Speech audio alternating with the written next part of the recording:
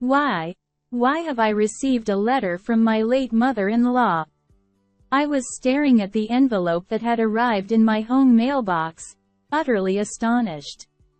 The sender of the letter was none other than my mother-in-law, who we had just concluded her funeral yesterday.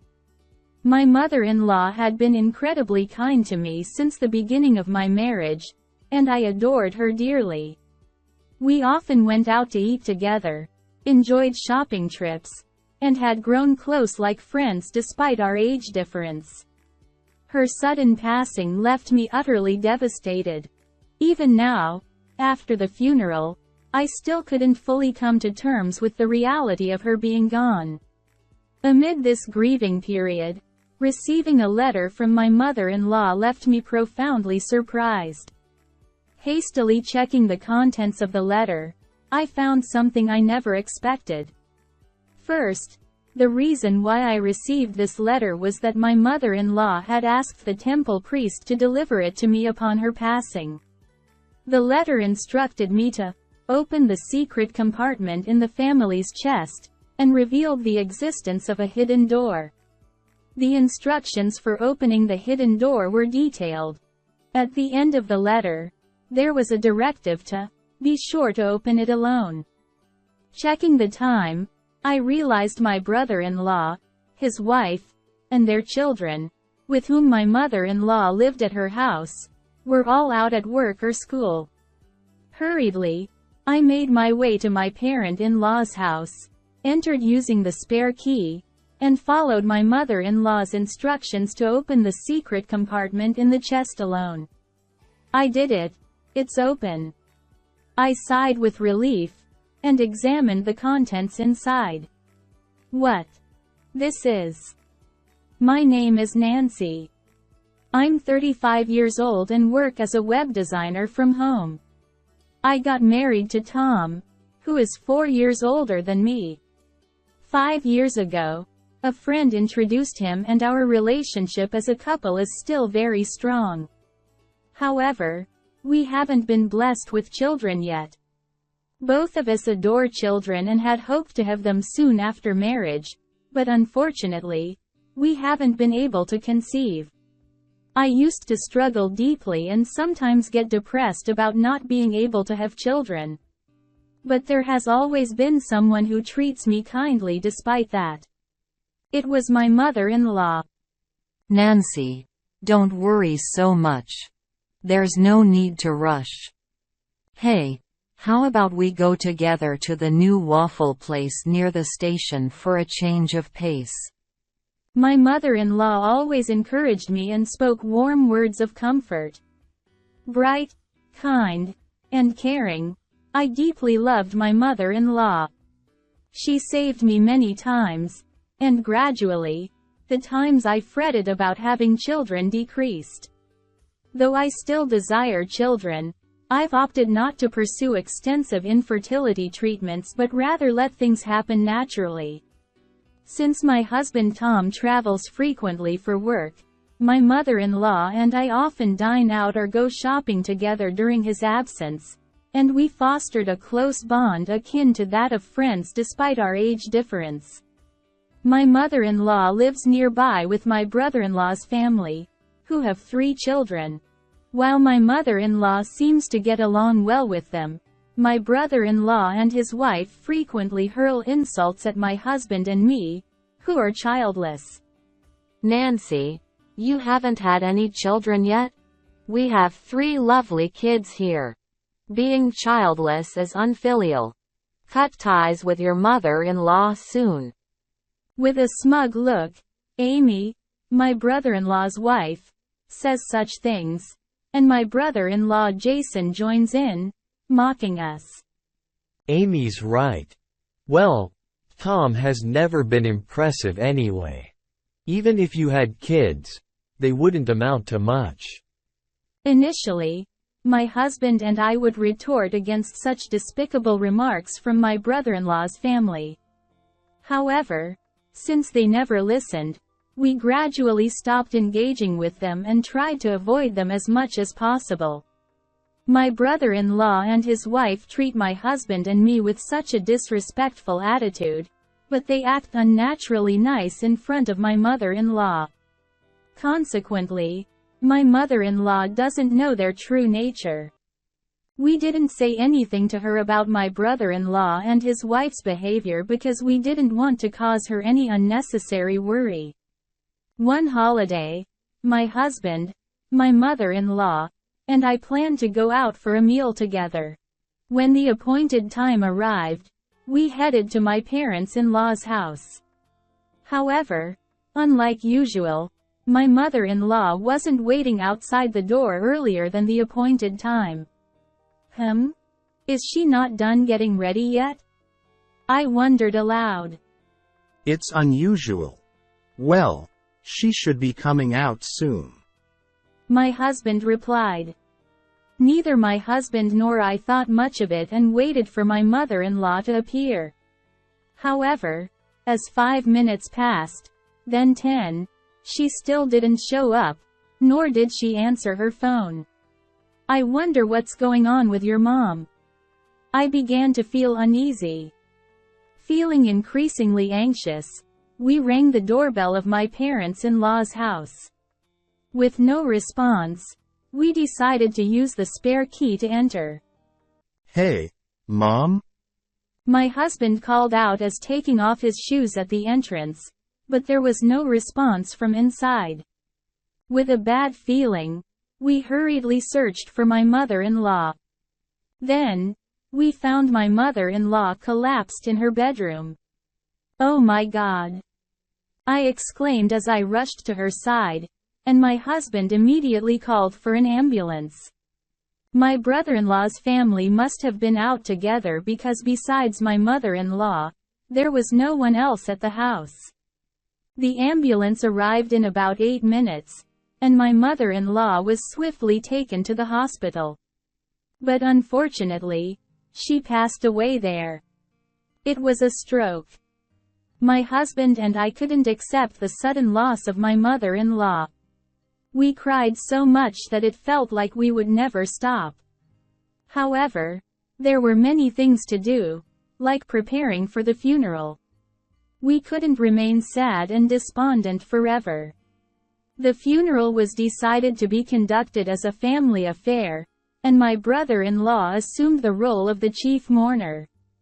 In order to properly conduct my mother-in-law's funeral for her sake, my husband and I collaborated with my brother-in-law, making preparations together. However, even during the arrangements with relatives and discussions with the funeral home, there was an unmistakable air of reluctance emanating from my brother-in-law. Although he showed no signs of grieving over my mother-in-law's death, he managed to fulfill his duties as the chief mourner during the wake and funeral. Yet, he would promptly summon my husband after he talked a bit with the relatives, and abruptly leave. Leaving the relatives made them offended, so they glared at my brother-in-law. Moreover, during the post-funeral gathering with relatives, my brother-in-law would be the first to take a seat. Also, he refused to budge even when my husband urged him to greet the guests. He simply sat there, sipping his beer. His wife was sitting beside him and did the same. So my husband and I circulated among the relatives, expressing gratitude for their presence and reminiscing about my mother-in-law. Perhaps seeing their parents merely eating and drinking set the tone, as my brother-in-law's 3 children immersed themselves in playing games. They occasionally laughed raucously and playfully nudged each other, creating an atmosphere that hardly resembled a post-funeral gathering. Not a single member of my brother-in-law's family appeared to mourn my mother-in-law's death. The relatives seemed to pick up on this attitude alone. Without even attempting to talk to my brother-in-law and his wife, they only bid farewell and shared memories with my husband and me. Despite the blatant change in the relatives' attitude, they remained unaffected. They kept ordering beer after beer, discussing inheritances, planning trips during mourning periods, and so on. After all the care they received from my mother-in-law while she was alive, how disrespectful these people are. I found myself casting disdainful glances at my brother-in-law's family. The next day, my husband left early in the morning for some procedures. I was staying at my home and intended to check the mailbox for the newspaper. Then, I noticed a letter inside. Who could it be from? Taking the letter and confirming it was addressed to me, I was surprised to find out that it was from my mother-in-law. Why would my mother-in-law send a letter? With astonishment, I returned to the living room to open the letter. Inside was something I had never expected. It seemed that my mother-in-law had asked the temple priest to arrange to send me this letter upon her passing. The letter contained instructions on how to open the chest, how to open the hidden compartment, and the contact information of the family lawyer. Finally, there was an instruction to ensure that, Please make sure to open it by yourself. I traced my mother-in-law's letter multiple times. Despite her slender frame, her handwriting was bold and strong. I took a deep breath quietly, feeling the powerful strokes of her handwriting, which truly reflected her way of life. Glancing at the clock hanging on the wall. It's 9:30. There should be no one in my parents-in-law's house now. With that muttered to myself, I hurriedly prepared to head to the family home. The children would likely be at school by now, and my brother-in-law and his wife should have left early this morning. According to the social media post by my brother-in-law's wife I saw this morning, they were planning an outing together. Also, they had their children go to school despite it being the day right after our grandmother's funeral. They seemed eager to enjoy their day off using bereavement leave. If that post was true, there should be nobody at the family home. I realized if I didn't go now, I might not get another chance. When I opened the front door of my parents-in-law's house with the spare key, I entered slowly. It's so sad that my mother-in-law, who always greeted me with a smile, isn't here. I held my aching chest and entered her room. The chest, said to be my mother-in-law's trousseau, is quite old. However, whether my mother-in-law occasionally tended to it or not, the chest opened smoothly. Then, just as the letter indicated, I reached for the hidden door at the back of the chest drawer. Thank goodness, it's open. I breathed a sigh of relief as I was able to open it safely. Then, I checked what was inside. There was another document, along with what was written in the letter. What is this? I stared at the documents and felt my mother-in-law's love, tears threatening to spill. I felt like staying there and crying, but I had to leave my parents-in-law's house as soon as possible. It wouldn't be good if someone came back and saw me. After all, the letter from my mother-in-law instructed, make sure to do it alone. After I returned home with all the documents, I contacted the family lawyer mentioned in the letter to inform them of my mother-in-law's passing. Then, as I was about to reach out to my husband and my brother-in-law's family to see if we could all gather this weekend, I received an email. It was from my sister-in-law. The email conveyed a sense of urgency, urging us to gather at my parents-in-law's house this weekend for some important news. What could my sister-in-law possibly want to discuss? I couldn't shake off a feeling of unease. Despite my doubts, declining seemed odd, so I decided to accept my sister-in-law's proposal. Over the weekend, I visited my parents-in-law's house with my husband and nervously participated in the discussion. My brother-in-law and his wife wore smug, unpleasant smiles, and their 3 children were nowhere to be seen. They must have been taken somewhere else. As soon as my husband and I took our seats, they presented a document. This is the will left by my mother-in-law. My sister-in-law declared loudly. The signature on the will was indeed my mother-in-law's, and the content stated that all assets would be inherited by my brother-in-law and his wife. See, it's written here that we can inherit everything. So, unfortunately, you won't be able to get any inheritance. Too bad, huh? My brother-in-law laughed uproariously, his face contorted with ugliness. While my husband looked bewildered, I stood up silently and secretly brought back the lawyer who had been waiting outside. Who is this? My brother-in-law and his wife sounded puzzled at the sudden appearance of the lawyer. My husband, unaware that the lawyer had been waiting outside, was also surprised. This person is the lawyer whom my mother-in-law was close to during her lifetime. I explained succinctly, and gradually my brother-in-law and his wife's vacant expressions turned into anger. A lawyer? Why did you bring such a person here? It's a part of my mother-in-law's instructions. She wanted the lawyer to mediate so that the estate division agreement could be smoothly drafted. My brother-in-law and his wife loudly proclaimed that they didn't need a lawyer. My brother-in-law slammed the desk again and pointed at my mother-in-law's will with his chin. My mother left a will. With this, we don't need a lawyer. At those words, the lawyer quietly raised his hand. Is there any doubt that your mother wrote the entire content herself? In response to the question, my brother-in-law raised his voice. That's obvious. The lawyer looked troubled and shook his head vigorously. This cannot be recognized as a will. A holographic will must be entirely handwritten by the testator. The lawyer pointed to the words, will, written at the beginning and my mother-in-law's signature at the end.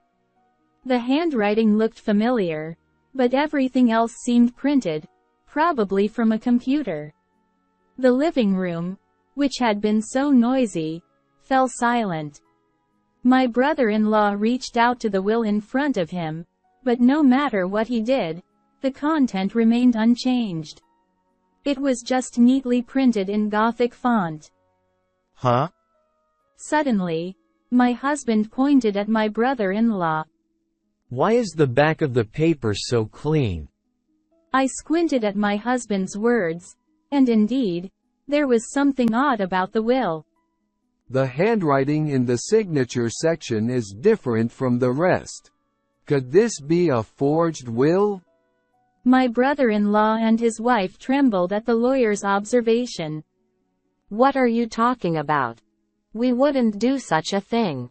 Why are you so tense? If it's forged, what will you say? The lawyer interjected. Forgery of a will constitutes the crime of forging a private document. Upon hearing this, my brother-in-law and his wife turned pale. Although they were agitated and making incomprehensible excuses, the lawyer delivered the decisive blow.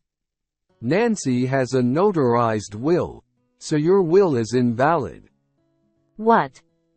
My brother-in-law and his wife were shocked, eyes wide open.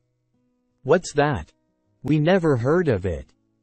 The letter I received from my mother-in-law mentioned hiding a notarized will behind the hidden door of the chest.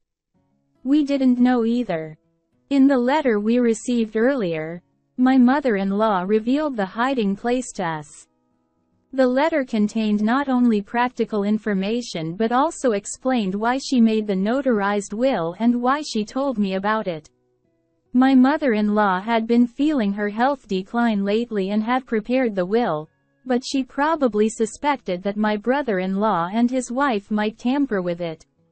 I had assumed that my mother-in-law was completely unaware of my brother-in-law and his wife's true nature, but it seemed she had a vague sense of their greed. The notarized will stated that the assets would be divided equally between my brother-in-law and my husband.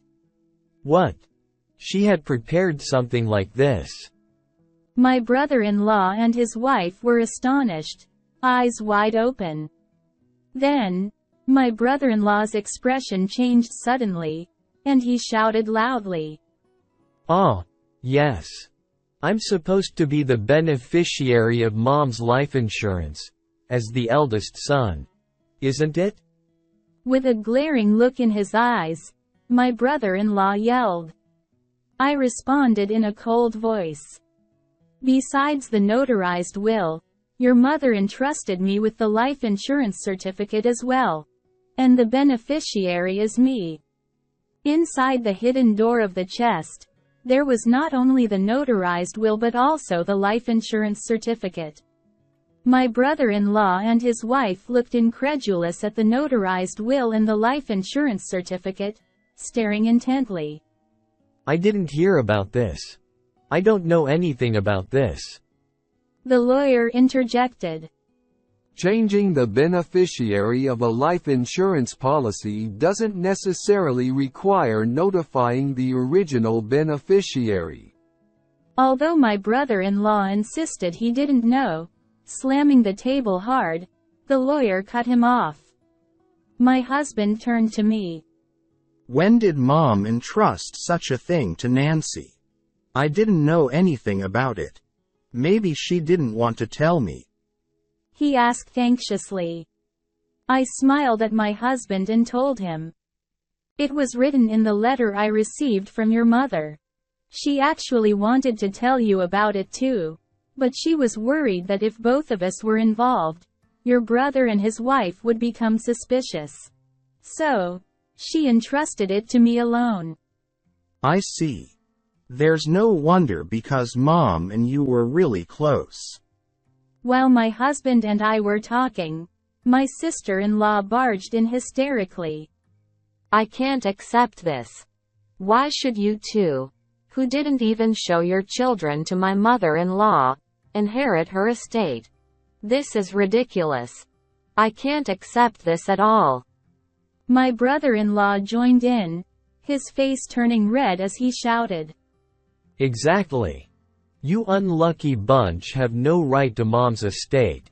We were living here together just for her inheritance. Splitting it equally? Don't make me laugh. The inheritance is all ours. My sister-in-law continued to shout, adding to his selfish claims. We have 3 children.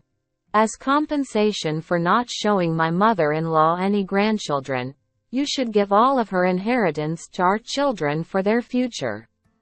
We have shown 3 grandchildren, so we are much greater than you. The inheritance belongs to us. Despite my sister-in-law's aggressive tone, I remained calm. What you've been saying is nonsensical. Please calm down a bit. My composed demeanor seemed to infuriate my sister-in-law even more. Your calm attitude annoys me so much. Just give us the money already. You're a useless, childless woman. She yelled and lunged at me. My husband and the lawyer intervened, but before they could stop her, my sister-in-law punched me in the head. Ouch! She had several large rings on her fingers, so they were like a makeshift brass knuckles. I involuntarily cried out at the dull pain. Stop it. My husband and the lawyer pulled my sister-in-law away, but she attempted to reach for me again in her agitated state. Give us the inheritance. I deserve to have it all more than you do. I have 3 children. Her eyes were bloodshot, and her face was twisted like a demon's. My brother-in-law goaded her on, saying things like, Hit her more. And my enraged husband called the police. When the police arrived shortly after, my husband and the lawyer explained the situation. My brother-in-law and his wife were then escorted away by the police. My husband and I thanked the lawyer and decided to send him home for today. What was supposed to be a discussion about creating an estate division agreement turned into a chaotic ordeal. My husband and I nodded in agreement to bring a gift of apology the other day. My husband was deeply concerned about me being hit by my sister-in-law, but he seemed relieved when I told him the headache had completely subsided. In the light of the whole tumultuous sequence of events, I murmured, "It's been quite an intense time." Then, my husband brought up something unexpected. Hey, Amy seems to constantly flaunt about the children, you know? She always boasted about showing Mom 3 grandchildren and how great she was. And, don't you think she's overly fixated on money? Indeed, my sister-in-law had been excessively promoting her children and exhibited an intense fixation on money during the earlier altercation about money. Well, she has been quite vocal about the children for a while, and her obsession with money was indeed extreme. Her expression while hitting me was terrifying. Yeah, you're right. It's a bit abnormal. After saying that, my husband fell into a pensive silence. What's wrong? Is there something bothering you? Not understanding what my husband was getting at, I inquired. Well, there's something bothering me, and I'm considering suggesting it to my brother. I think it might be a good idea to have DNA tests done for their 3 children. My husband's response surprised me. What? DNA tests? Yeah, and I'm also thinking about proposing a background check on Amy. Something doesn't sit right with me. It's just a gut feeling.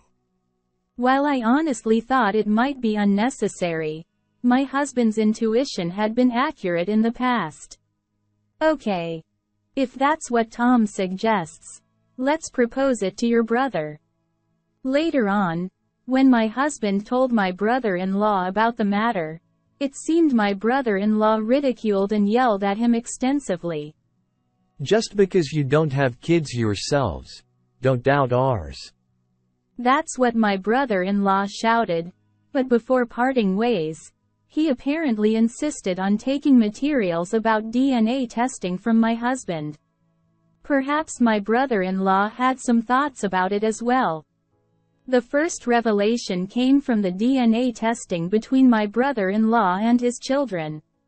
It turned out that 2 out of 3 of his children didn't share his blood. Oh, I was a bit suspicious of the youngest because their face doesn't resemble either of us much, but I didn't expect the middle one to. My husband was speechless.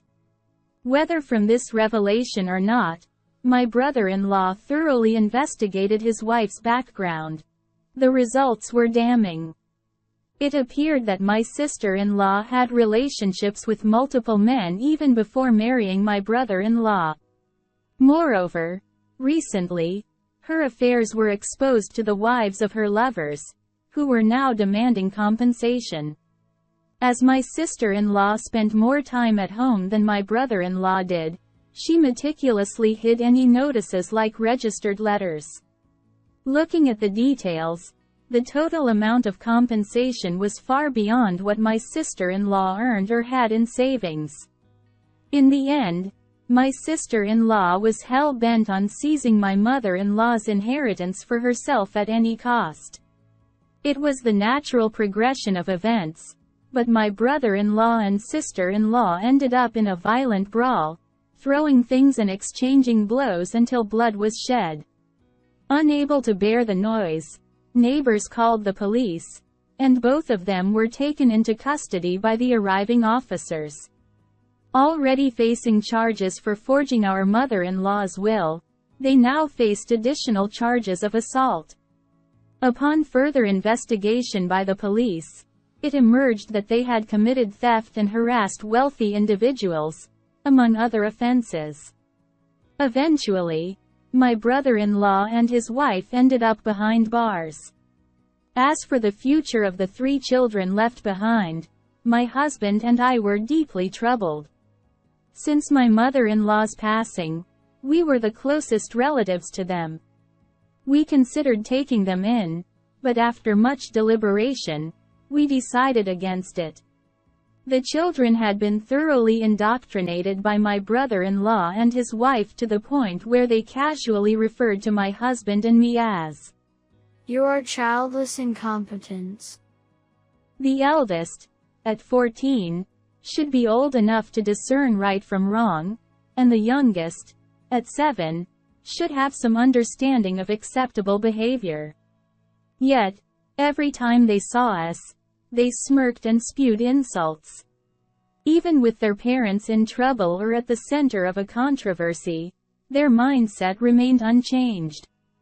To hear our nephew, who is 14, saying, "We'd be better off being raised by childless idiots," was beyond anything we could have imagined. Being subjected to such words, we couldn't summon any love for the children or any hope of raising them to be decent individuals. Ultimately, we reached out to my sister-in-law's parents and decided to sever ties with the children from then on. It seems the children themselves understood our resolve, as our nephew remarked, "I'd rather live in Grandma's old shack than with the brainless childless couple." With that words, we felt that it was the best way for them. For the record, we have not disclosed to the children the fact that the younger two are not biologically related to my brother-in-law. Whether we reveal the truth or not, we leave it to my brother-in-law and his wife's relatives to decide. My husband and I decided to move to a distant place, using the inheritance left by my mother-in-law as our financial source, and start anew. It's a place abundant with greenery and nature, where both my husband and I quickly felt at home. There's a charming waffle shop near our house, and every time we pass by it, we reminisce about my mother-in-law, wishing she could have gone there with us. Soon after the move, I was blessed with the child I had longed for. When the pregnancy test showed a positive result, I couldn't help but scream with surprise and happiness. Later, when I visited the obstetrician, the doctor confirmed without a doubt that I was pregnant. Both my husband and I shed tears of joy as we embraced each other. How much my mother-in-law would have rejoiced if she were still alive. Additionally, the entrepreneurial plan I had secretly been preparing for is progressing smoothly. Both my husband and I are working hard for the child on the way, enjoying fulfilling days full of happiness.